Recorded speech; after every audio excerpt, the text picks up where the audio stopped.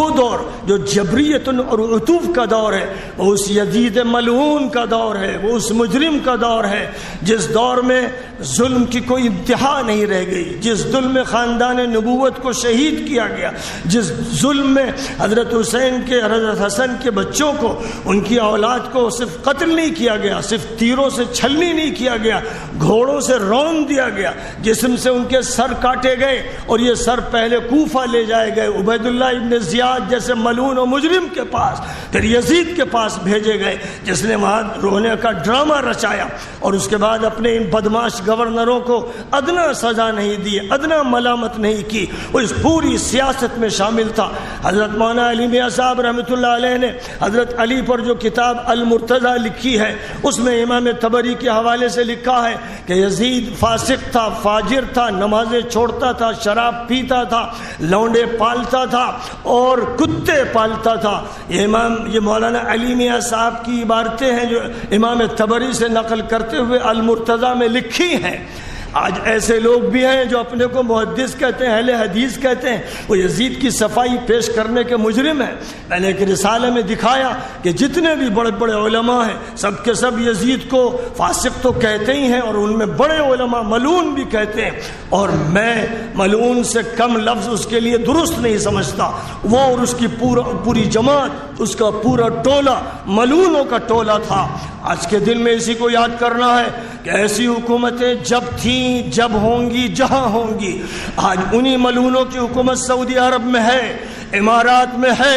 مصر میں ہے، بحرین میں ہے، جو علماء کو جیلوں میں ٹھوس رہے ہیں، جو صلحاء کی گردنیں کاٹ رہے ہیں، جو جیلوں میں صلحاء اور نیک لوگوں کو اذیت دے رہے ہیں، جو اسرائیل سے تعلقات بنا رہے ہیں، جو جزیرۃ العرب میں پھر مورتیاں قائم کر رہے ہیں، جو فحاشی کے اڈے بنا رہے ہیں، جو یہ سب جرائم کر رہے ہیں، وہ اسی طرح تاریخ کے مجرم ہیں جیسے کسی دور میں یزید مجرم تھا اور اس کے بعد کے مجرمین تھے۔ امام ابو حنیفہ ہمارے امام ہیں، امت کے امام ہیں، انہوں نے حضرت حسین کے پوتے حضرت زید کا ساتھ دیا جب وہ بنی امیہ کے حکمرانوں کے خلاف نکلے کہ ان کی حکومت توڑ دینی ہے، تو مدینہ منورہ میں امام مالک ساتھ دے رہے تھے اور کوفہ میں امام ابو حنیفہ ساتھ دے رہے تھے۔ امام ابو حنیفہ کو کوفہ کے گورنر ابن حبیرہ نے کوڑے لگائے، سر پر کوڑے مارے، امام مالک کو کوڑے لگائے گئے اور ان کا ہاتھ اکھاڑ دیا گیا، جس کی وجہ سے وہ ہاتھ نماز میں اٹھا نہیں پاتے تھے، ہاتھ لٹک گئے تھے۔ یہ سارے جرائم انہی مجرموں اور خطا کاروں کے ہیں، اور امام ابو حنیفہ کا جرم یہ تھا کہ وہ اہل بیت کے ساتھ تھے، امام مالک کا جرم یہ تھا کہ وہ اہل بیت کے ساتھ تھے۔ اب جو لوگ ان کو باغی کہتے ہیں، زید باغی تھے، حسین باغی تھے،